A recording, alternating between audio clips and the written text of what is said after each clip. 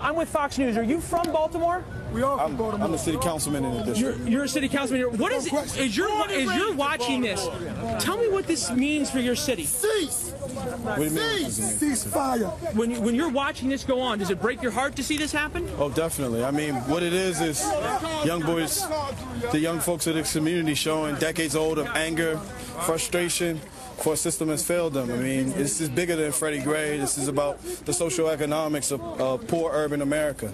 And, you know, these young guys are frustrated, they're upset, and unfortunately, they're displaying it in a very destructive manner. You know, when folks are undereducated, unfortunately, they don't have the same intellectual voice to express it the way other people do, and that's what we see through the violence today. We just watched this liquor store being looted, and there's a bunch of folks running in and out of there. Yeah. Nothing to do with nothing. What's wrong with that? And the police are all the way down there. Yeah. You're a city council member, is that right? Is it right for people to loot? No. I mean, I think you've missed everything I tried to articulate to you. What I said is everything out here has happened wrong. The violence is wrong. That's never acceptable.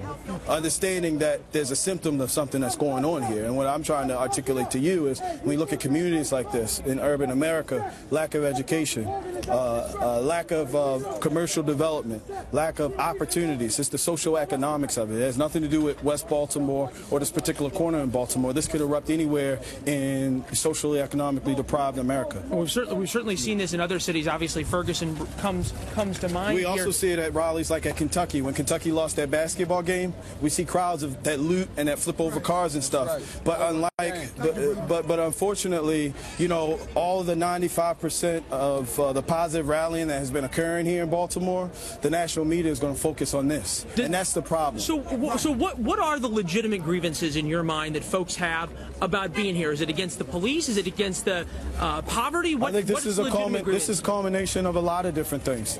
You know, decades old of failed policies. You know, decades old of lack of development for these communities. I mean, it's a lot that pours into it, and these young boys are speaking tonight, unfortunately, in a very wrong way. Do you have any idea why, as we're seeing what's going on here, and obviously you've got the police who have now backed off, any idea why? We asked them to back off. The minute this community came together, we talked to the police, we told them we would be able to kind of talk to the young guys out here, and we asked them to back up, and they did it. It worked out.